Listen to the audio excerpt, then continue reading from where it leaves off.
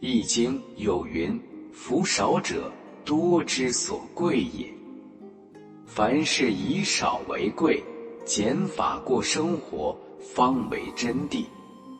养生亦是如此，并非愈多愈好，而应删繁就简。正如老祖宗说的，减衣增福，减食增寿。最好的养生不是拼命锻炼，不是过多睡觉，就一个字：减。减食养胃。宋代诗人钱时写道：人言少吃多滋味，此是尊生第一方。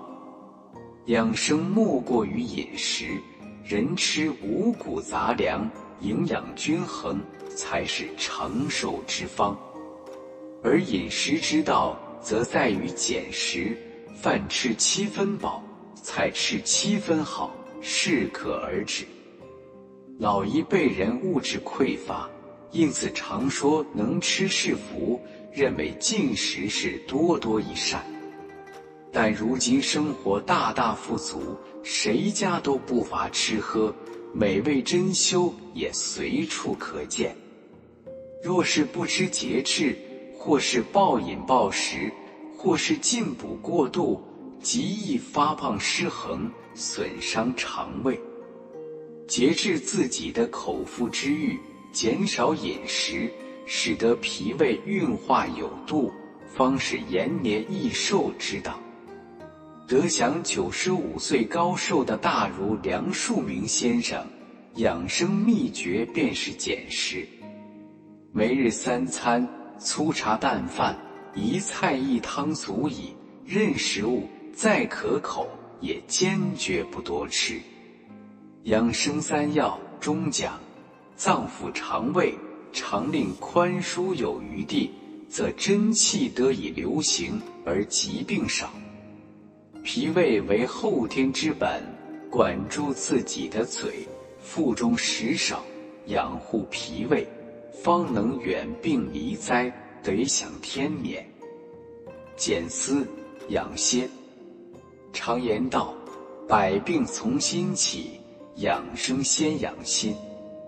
心态不好，心有千千结，再多养生手段也是徒劳。如林黛玉出身显贵，却敏感多思，凡事都往心里放。别人无意间的一言一行，都能在他心里引起一场轩然大波。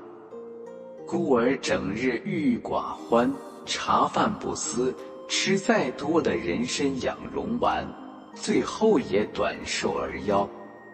心宽病退，真正的养生大道，就是学会做减法，把无关紧要的事从心中剔除。过去的事已经过去，不必多思；未来的事尚未到来，多思无益。不如放宽心态，活在当下，保有几分钝感力，挣脱精神内耗的枷锁。如《格言联璧》中说：何思何虑，居心当如止水。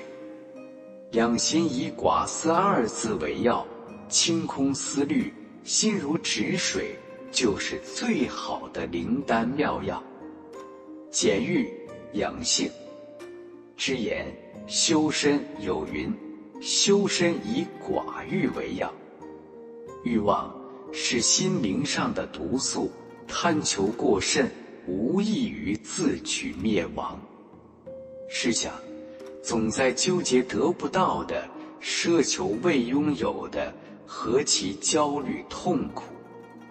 减少欲望，永葆清心，才能颐养性情，活得轻松而自在。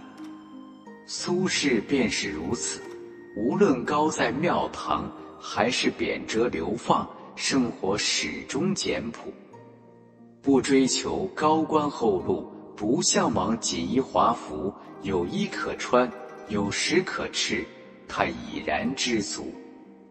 欲望的精简带来性情的超脱，在脱离物质的桎梏后，他愈发乐天知命，精神丰盈。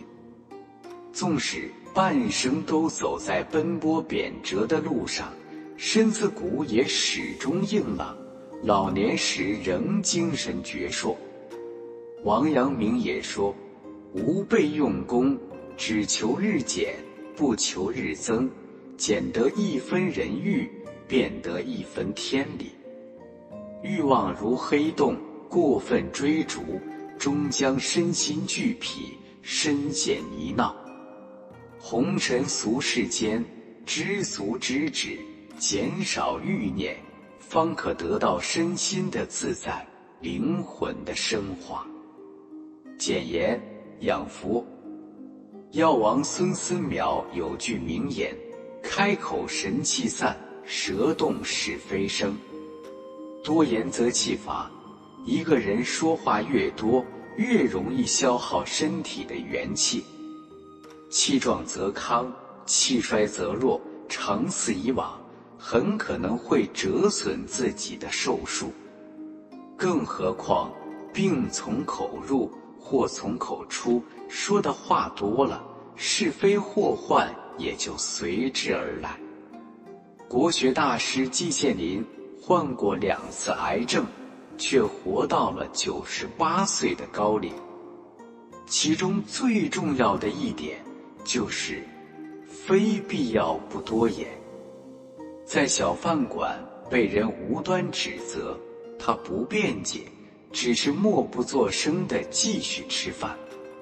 观点被人质疑嘲讽，他也不反驳，而是选择3缄其口，高挂免战牌。他每天依旧淡定地上课下课，读书写文，只管做好自己的事。俗话说，一言可招福，一言可招祸。口吐千言，不损自伤，言多就是自寻烦恼，自我伤害。须知口是祸福之门，不妄言，不多言，才是为自己修德积福。所以有理不在声高，遇事不必争论，与其多说多错，不如克制自己的表达欲，减少言语，适时沉默，才有足够的时间的精力专注自身修行，从而养好身体，过好生活。